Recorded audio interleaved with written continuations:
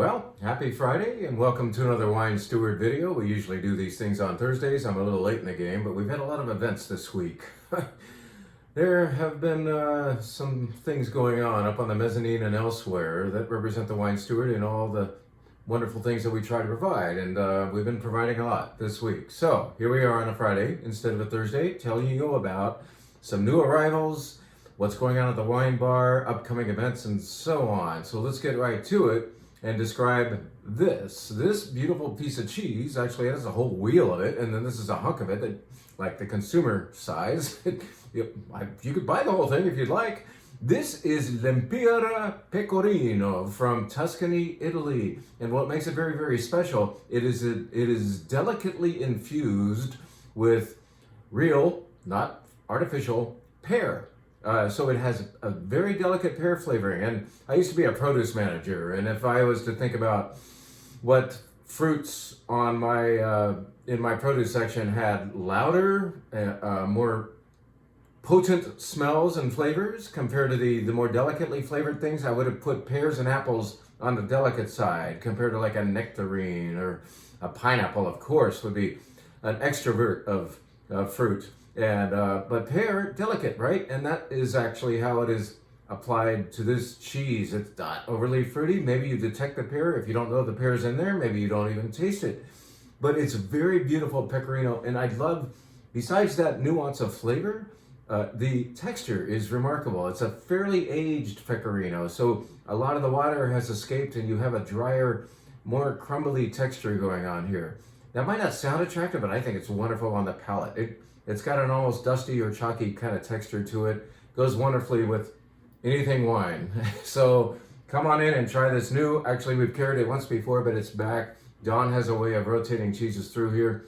And an old friend of ours has come back. This pear nuanced cheese from Tuscany, Italy, Pears, is back in the store. Oh, my little backdrop here, what's that? That is a fiasco. Did you know that? This bottle shape is called a fiasco, just like a fiasco that might happen in your workplace. It's the exact same word, but different meaning. This bottle shape with this baskety stuff around it is a fiasco, kind of the traditional look for Chianti. And I think we've now transcended from that tradition as far as the wine quality of Chianti, but it's kind of cool to see the old bottle hanging around, right? So let's just leave that as the backdrop and tell you about what we were doing on the wine bar this weekend. This is a dry rosé that we're doing by the glass, and it is made by a producer called La Spinetta. La Spinetta, owned by Giorgio Rivetti, with whom I was sitting for lunch on Monday, is a rather unique operation that makes fantastic wines not only in Tuscany, but you could even say especially up in Piemonte. I believe Piedmont or Piemonte, Italy, northwest Italy, land of Barbaresco and Barolo and such, was his first project, and then he expanded down into Tuscany. But what I'll tell you about first is a rosé, a rosato we could call it, that comes from Tuscany, and it is a brand new 2022 vintage, so fresh off the boat, you could say. 2022 Il Casanova di Neri, or no, Il Rosé di Casanova is the name of this, but more meaningfully, it is made entirely of one grape. We could say, they don't say though. I'm going to tell you it's 100% Sangiovese. What Giorgio Rivetti of La Spinetta prefers to tell you is it's made of 50% Sangiovese and 50% Prugnolo Gentile, which is in fact a clone of Sangiovese. You know, these certain grapes have a way of mutating and becoming, according to the place where they're planted, particular after a while. After maybe several generations of that grape being there, it kind of acclimatizes to the, or acclimates, I should say, to the location where it now is. So Zinfandel in Puglia, we tend to call that Primitivo because it has gotten used to what's the weather's like there, the dirt's like there, and it's become kind of a grape of its own. It's still genetically identical to Zinfandel, so it's a clone, I think we could call it, of Zinfandel, whereas Prugnolo Gentile, the Sangiovese in Montepulciano, which is near Montalcino, I think we talked about this last week. Lots of confusing words, right? But why do they have to make it confusing by saying there's two grapes in here? One called Sangiovese, one called Prugnolo Gentile. Basically, it's beautiful. It's delicious rosé made out of, doggone it, Sangiovese, all right? With a rhinoceros on the label. That's what most of the La Spinetta labels are featuring. Why? Is there some significance? He was in a museum one day and liked the painting. He liked this drawing, that's all. He doesn't have a pet rhino at home. All right, let's tell you about the white flight. We're not going to tell you about the whole red flight, by the way. I'm going to just single out one wine so we don't make this last forever. But let's tell you about what I would call the most interesting white wine flight of the year at the Wine Steward. Perhaps the most interesting white wine flight in the Bay Area being poured right now.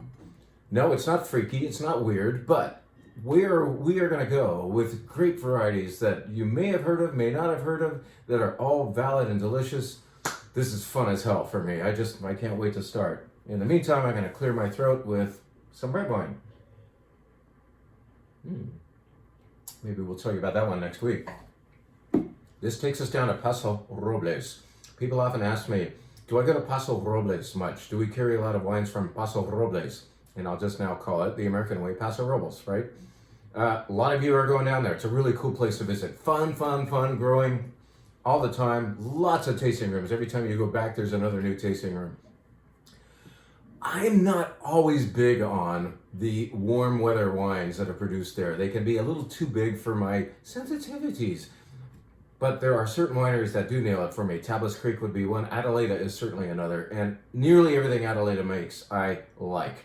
This is from Adelaida Winery. And in fact, now that there are, I think, 8 districts of Paso Robles, it's been broken down into districts. They've had a district named after where they are. This is the Adelaida District, and Adelaida Winery in the Adelaida District making a grape called Picpoul. Picpoul is grown most famously in the south of France, and it makes a refreshing, dry, and unoaked white wine that you would want to drink in the summer. This is that, except this is, of course, grown here in a hot area, but the lip stinger, because that's what Picpoul means in the ancient Aquitaine language, apparently, lip stinger does that. Even in hot Paso Robles, where other wines will be losing their acidity, especially the white wines, they become, let's just say, flaccid, all right? And they become soft and round, and not necessarily the things you want to drink in the summertime. Paso doesn't necessarily excel with that unless they add some Picpoul to their blends or just make 100% Picpoul, as Adelaida bravely did. So honoring the south of France grape variety Picpoul, Adelaida, Paso Robles. Wine number 2 takes us to a wine that we were describing last week, but we said it was not on the wine bar flight. Well, now it is. This is 100% Bombino. Bombino might be the name of an Italian clown, but it's also the name of a grape. And this one is grown in Puglia. We were talking about that earlier. Puglia, Italy. Bombino, more site-specifically Castel del Monte. And another name for the Bombino grape is Pagadebit. We were saying last week that it is named so because it's a prolific crop by which the farmer might be able to pay his debts. So it's got a nickname, Pagadebit, but I like the nickname, or the real name, Bombino, too. It's kind of fun to say. That's refreshing, fun, fragrant, nearly floral, aromatically, and it's another one of those bright whites that you would drink on a warm day like we're having outside. Wine number 3 in the flight. This is cool. We're going to do La Spinetta again. In fact, we're going to do it twice in the white wine bar flight. So here's that Rhino again with one of our absolute favorite Italian white grapes called Vermentino. They've always made one of my favorites. This one grows in Tuscany. Some Vermentinos are grown in Sardinia. This is overtly muskmelon in the nose. It's really lively in the nose, fleshy in the mouth like melon flesh. No oak again. And there's a Rhino on the label. Now, let's put up right next to it this bottle. Look at this remarkably sized bottle.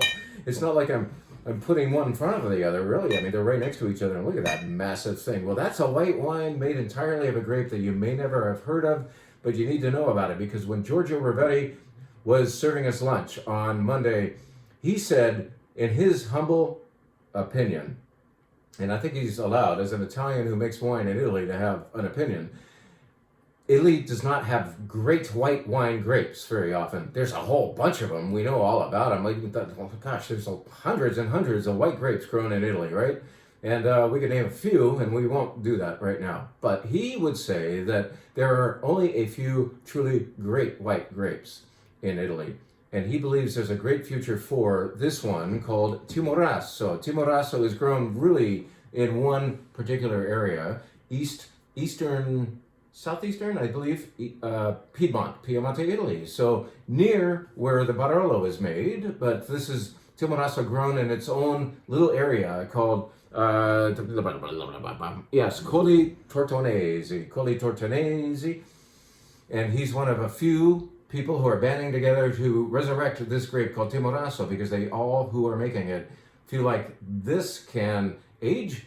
Sometimes it can be made different ways as far as different winemaking techniques applied to it. And that is, in fact, what a great grape is. It is amenable to aging, amenable to different winemaker styles, but always thoughtful. And I believe, for me, the definition of a great wine is also a wine that says more than one thing. So this is not a loudmouth. In fact, I think this has a louder nose. But if you get this warm enough in your glass up here at the wine bar, so like right when we pour it really cold, please give it the time of day. Warm it up. Get your hands all over that glass. And find out what it's like at medium temperature, kind of like we would serve a white burgundy, perhaps. Timorasso is provocative. That's the word I wanted, provocative. Timorasso, and there's a Rhino on the label. Finally, in a white flight, there's only a couple wines left, guys, so please stay with me. This is Furmint, F-U-R-M-I-N-T. It is the great white grape of where? Class? Hungary. This is Hungary's most famous white grape. And historically, at least for our market, it's been most well known as a dessert wine, one of the greatest dessert wines in the world. The czars used to send armed coaches over to Hungary to pick up their yearly allocation of Tokaj, the great sweet wine of Hungary. Well, this uses the same grape, but it is made dry. I recently got to taste 6 or 7 dry ferments from this one producer, Royal Tokaj, and in the distinctive bottle. If you can see that, this particular bottle is interesting shape. It's kind of the proprietary bottle of that region. So this is the Tokaj bottle, okay? This is exciting wine. It's urgent with its acidity, but it's also gracious with its fruit. It reminds me a little of a fantastic, like, higher-end Godeo from Galicia, Spain. Yeah, and I know I'm getting a lot of, what's he talking about? And then perhaps a Savennier, which is one of the greatest Chenin Blancs in the entire world, as grown in the Loire Valley.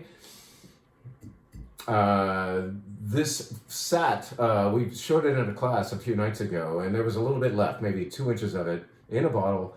The screw cap was off. It was at room temperature. I came back the next morning to help clean up. Todd had cleaned up a lot, and I came to continue. And the next morning, this wine was singing. In other words, it wasn't fading. It was alive, like the hills. It was just really vibrant, and what it tells me is that it will age well. It's already a 19, like most of our whites are younger than this, but this 19 is like going strong and will continue to do so. Right next to it, we poured a higher end 2018, a single vineyard version of this, of which we have a few bottles. So if you're intrigued, ask about this and ask about its big brother, will ya? Furmint from Hungary, it's the next great white wine for a lot of you. It certainly is for me. It's really thought-provoking and good, and I can only wonder about the recipes to go along. It forces that question, like, oh, what can I cook for this? Furmint. I will tell you about one red wine. How about that? One red wine that is in the red wine flight. It summarizes the flight. It summarizes it because it's got a million different grapes in it. So, I mean, you name them, it's in there, and I'll go down the list as a finale. But I will tell you that this wine comes from Red Mountain, Washington State, and I have to pick up the menu. It is from The Walls, a winery that we like very much and featured lately at a Washington State wine event. Well, we did not pour this particular wine. We could have, but I've been saving it for wine bar activity. It's The Walls, Stanley Groovy, that's just the funny nickname. And gotta put the glasses on. It is meant to represent the fact that all of the red wines in the flight this week are from Washington State. So come get your Washington State fix, and this will be the grand finale. Stanley Groovy is entirely from Red Mountain, but from many different grape varieties. Get this, Touriga Nacional, that's Portuguese. Syrah, French. Suzal, Portuguese. Tinta Cal, Portuguese. Merlot, French. Mourvedre, Cunoise, Cabernet Sauvignon, Cabernet Franc, and Tempranillo, Spanish. Finally, Spain got one in there. But all that's in this wine. It's very nice, easygoing, rich but not overly rich. And anyway, this is the final wine in the red wine flight on our wine bar this weekend. What a fiasco, huh? I look forward to having you guys upstairs and seeing you soon. It's been a little pokey lately, so if you need us, we certainly need you. Come on in, grab some cheese. That Pecorino with a nuance of pear is ready for you, and so is a great flight or two up at the wine bar. So let's see you soon, and thank you for your support.